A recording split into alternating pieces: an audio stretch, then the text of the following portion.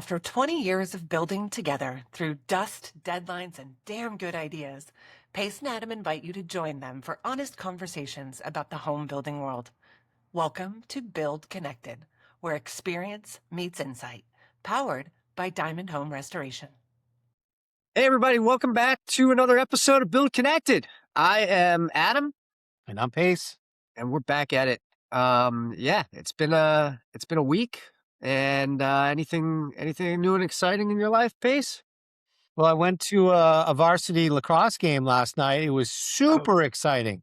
I Yeah. saw this new up-and-coming coach pacing up and down the sidelines. Yeah, it was fantastic. Yeah, it was. I was there, actually. Oh, yeah, I was the coach.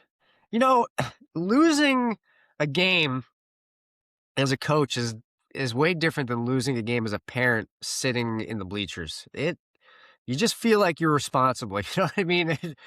I mean, a good coach leaves a little bit of himself on the field every game. You know, it was a learning game. It was pretty much our first game of the season. So it was good stuff.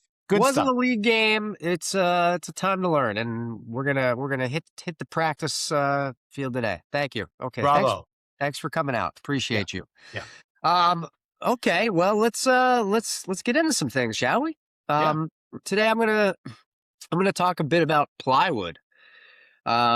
This is something where there are so many variations of plywood, and trying to understand what to use and where to use it can be daunting. You go to the lumberyard, you see different stacks of plywood, and you just want 3/4 inch ply, but there's no numbers that say 3/4 inch ply. You see different fractions that represent numbers that you can't put together in your head quickly. You might need the calculator. So on top of that, you've got exterior plywood, you've got interior plywood, you got particle board. Where do you start?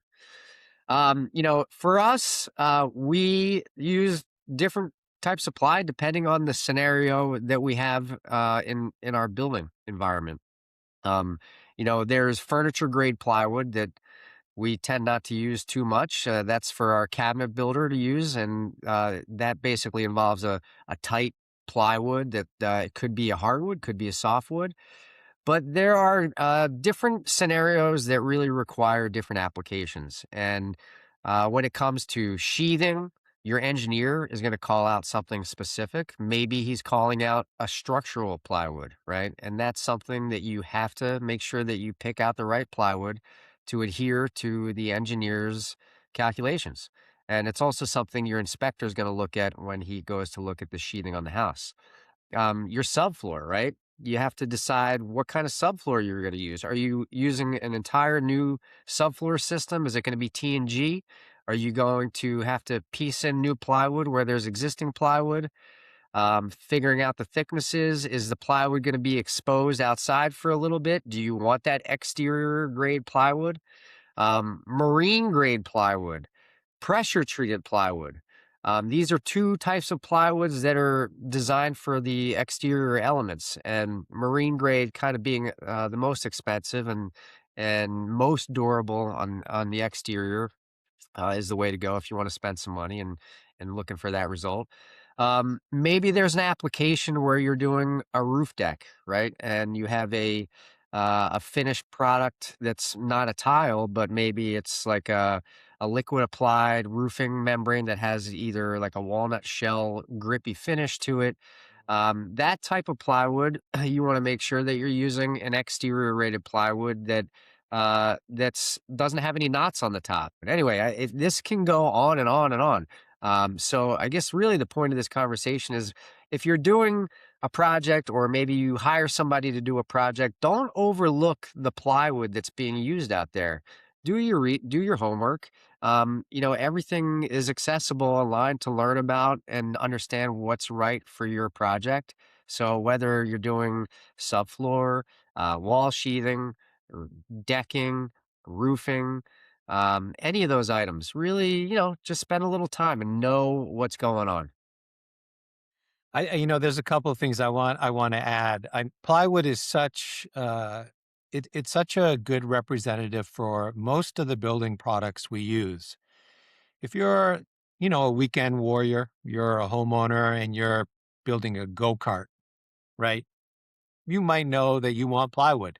Your kid wants to go down the hill, right? And plywood is going to build a box for them to sit in. It's not much more complicated than that.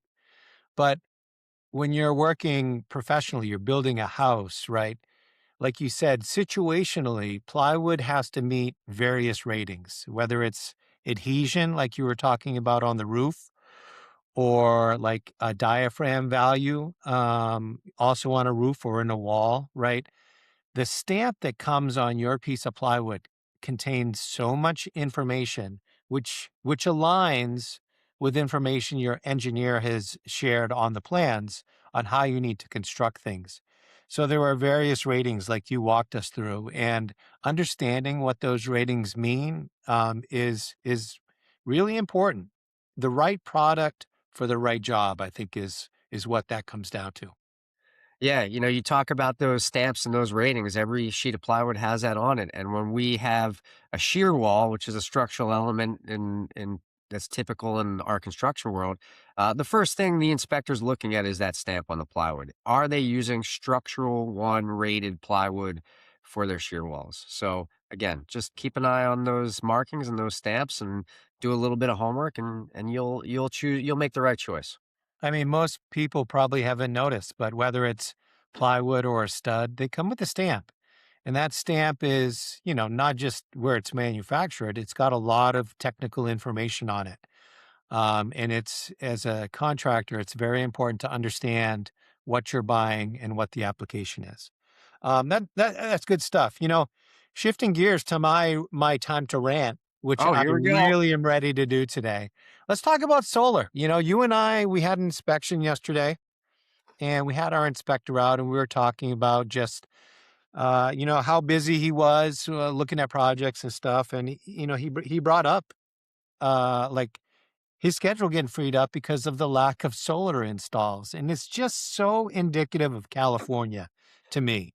It's this grand dream that we want alternative energy, right? We want to put solar panels on every house, every building, right? We want to capture the free energy of the sun. But yet, every year California has this knack to continue to stack layers of regulation, which equate to more expensive for the homeowner. And at the same time, the utilities are paying you less and less for any energy that you generate. So in California right now, we are on generation three um, in the importing of energy world. So many years ago, when you put panels on your house, you would get X amount of money for all of that energy you sent back out to the grid. When I put mine on, I was in generation two and I got a different price, right? I got a reduced price on all of that energy that I sold back to the utilities. We're now on generation three and homeowners are getting even less. At the same time, the incentives that they used to get from the state and federally that you would be a break on your taxes, that number has either gone away or decreased. So there's the grand vision of encouraging people to go with an alternative energy for the betterment of the environment. But at the same time, there's regulation and decentivizing, I think that's a word, year by year that makes it less attractive for homeowners. So it's two conflicting things working against each other. But the net result is there's less solar jobs happening in California right now. Yeah, the solar is it's a painful topic for me. I mean, mainly because I was promised a system that would produce a certain amount of energy and it's not. That's its own issue because of some shade things happening. But yeah, the cost of energy, I mean, if if only we can all just get off the grid somehow. That seems like the next step is to just completely bypass these electric companies. I mean, we're all so handcuffed, right? I mean, it's a conversation all the time amongst friends like, "Hey, you're not even gonna believe what my energy bill was this week. How much my electric bill was this week." It's, it's tough. It's funny. I mean, the buying a house, you think about, okay, can I make these mortgage payments? What's my mortgage payment going to be? You think about insurance and insurance payments. And, for us, when we got our house, gosh, we've been in our house for 8 years or so now. And, we realized, okay, we can make this mortgage payment and feel comfortable. We can make this insurance payment and feel comfortable. And then you get hit with all of these fire things that are happening out there. And we talked a lot about the home hardening and that sort of thing and what's required to help insurance. And then our insurance company dropped us. And I'm not alone out there. I'm sure a lot of you listening have had that same experience. I mean, we're in California, in a very fire prone area, but these insurance companies drop everybody. And then you're stuck with going with the California Fair Plan, and our insurance, I think it went up almost 5 times what I was paying, and that was like that's such a heavy hit, right? You're like, the mortgage payment is the easy part now. It's like, wow, I never really thought that insurance was going to just hit me over the head like that, and then to top it off, these energy bills are just continually climbing, and you decide to go with solar, and you make that decision, and now you realize, well, what's the point of going with solar if I'm not getting money back from the power company that I thought I was going to get? And it makes it really difficult to survive in a way, right? Like owning a house, it's not promoting people buying homes, because if you really start to dig into the numbers and think about your insurance and your energy bill, it's like it doesn't it's at a different level than just your mortgage, right? Like your mortgage is now the easiest part. It's insurance and energy, and it's sad, man. It makes it difficult for a lot of people to make ends meet, I think, just seeing those 2 bills. I mean, look, I'm a contractor and my wife's a nurse. We work hard and we do pretty well, but sometimes it still feels like we're almost paycheck to paycheck, right? When you have all of these bills that add up. I mean, kids are expensive in their own right. You got cats, Pace, right? Yeah, but lucky you. Listen, this is so important to me. Since I was a kid, a young kid, and I'm gonna go back to the '70s. I had a childhood friend whose father was a contractor, and he put solar panels on his house. It was one of the first installations in the state of Maine. I became aware of it, and I wanna say I was like 8 years old or something. Um, from that point, I've known about solar and I've read about it. Like I'm a science geek, right? Wait, you were 8 years old? They had solar in They 1930 sure did. They had a son something? too. But I've followed this really my entire life, right? And the promise of solar is amazing. And I am a solar fan. And as a builder, let me just separate me as a homeowner and me as a builder. I encourage people to put solar on. I think it's the right thing to do. I'm 100% behind it. As a homeowner, what I've seen, and I've put in multiple systems on personal homes, I've seen how much more challenging it is with each system I put in. It's all regulation based. When the slogan of the state is, we want solar, but yet continually they make it more difficult and more expensive, I just feel like something is broken. Right. So, right now, and like I said, I'm very tied in and I'm very aware of like the technology and the interplay between the grid and my house. When I look at my energy bill, well, every year I certainly know I need to explain what's happening with my wife, but it takes me time to really dig into the numbers to understand how they're doing their true up. It's very opaque, right? It makes it very difficult to ask questions, to understand how you're being billed. And I can see what used to be a pretty much break even scenario on my energy bills. I now pay more than I ever have because of, well, multiple reasons. But it's de-incentivizing people to put solar on their house. That's the bottom line, and that's a mistake. Yeah, no doubt. Don't get me started on the true up bill. You know what my true up bill is going to be this year? It's going to be like $3,400. And what was it when you put it in? My true up bill was about $1,000 for There true you up. go. Yeah. Right? So things are moving in the wrong direction, but yet you're probably using the same amount of energy and exporting the same amount of energy. The difference is The energy you're using, you're paying more for, and the energy that you're giving up, you're getting paid less for. Man, and why do you think California is instilling all of this regulation for solar? They can't help themselves. There's a professional grade of regulators, right?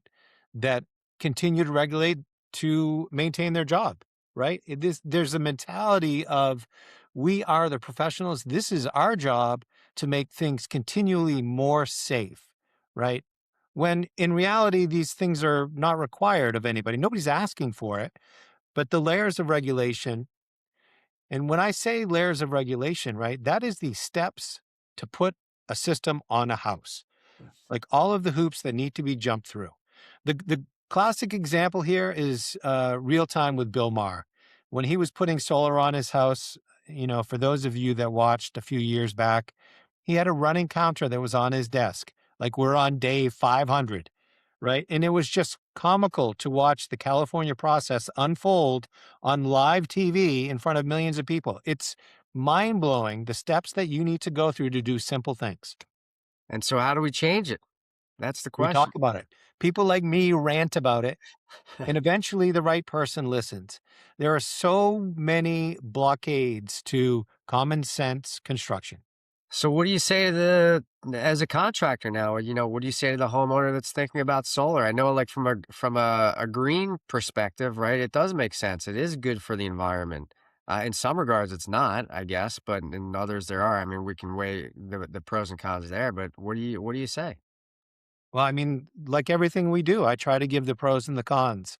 Like I always want to be a balanced voice. Like there's all the rant I just gave you, but on the other side there's the beauty of the technology, right? And capturing free energy. Yeah. I mean, it seems like the more I talk about solar, the more it seems like just going the battery route makes the most sense, right? Put one or two batteries on your house, take that energy from the grid at the least expensive times, and then use it off of the battery at the most expensive times. I mean, Unfortunately, you're right, right? The technology is not the best, but it's the easiest and maybe the most economical right now in California. yeah, So I agree with you. what a shame. Um, well, we'll only time will tell. All right. Well, the last segment where we kind of talk about something interesting on a project is going to be more of a diary story, I think, from me. So at the moment, my wife and I have been talking about converting. I'm in my office space right now. I'm in a room that's below my garage, that's separate from our house. It's a 20 by 20 room, 400 square feet. And there's a little bit of space outside of this structure where I can add on a bathroom to this room. So we've talked about an ADU. And one of our designers that specializes in architectural plans that we've been working with for many, many years, I have hired him to do the initial kind of broad brushstroke sketches for what we're looking to do. So this is going to be over the course of time. I'll just kind of talk a little bit about the process for me and how long it takes to get through the design phase. And then when I finally decide to go through the permitting route for an ADU here in California, I'm going to talk about the time that it takes and what I need to do to kind of get to the end of that process. And we'll see what happens. We'll see how long it takes. See how long it takes my wife and I to fight over making decisions on design stuff. See how long the engineer takes to do the structural portion of the drawings, and we'll see where we're at. So just a little things to come. Yeah, I think this is like a boots on the ground diary of the stuff we talk about really week to week. So I can't wait to follow along. Predictions, early predictions are 3 months to get through the process. To get through the design or till I have a permit. Let's say, well, you've already started. So let's say 3 months on the design and then another month and a half to get the permit. Okay. We'll Four and see. a half total months. All right. Well, see who takes the over under on that. Anyway, Okay. And that'll put me right at my summer vacation. I can't wait. and what is that? A long weekend? Yeah, that's right. Okay. Nice. All right. Well, that's all we got for now. Thanks for joining us today. I'm Adam. And I'm Pace. Thank you. See ya. Thanks for joining us on Build Connected. For more stories, insights, and ideas, visit diamondhomerestoration.com or find us on Instagram and LinkedIn. We'll be back next week. We hope you will too.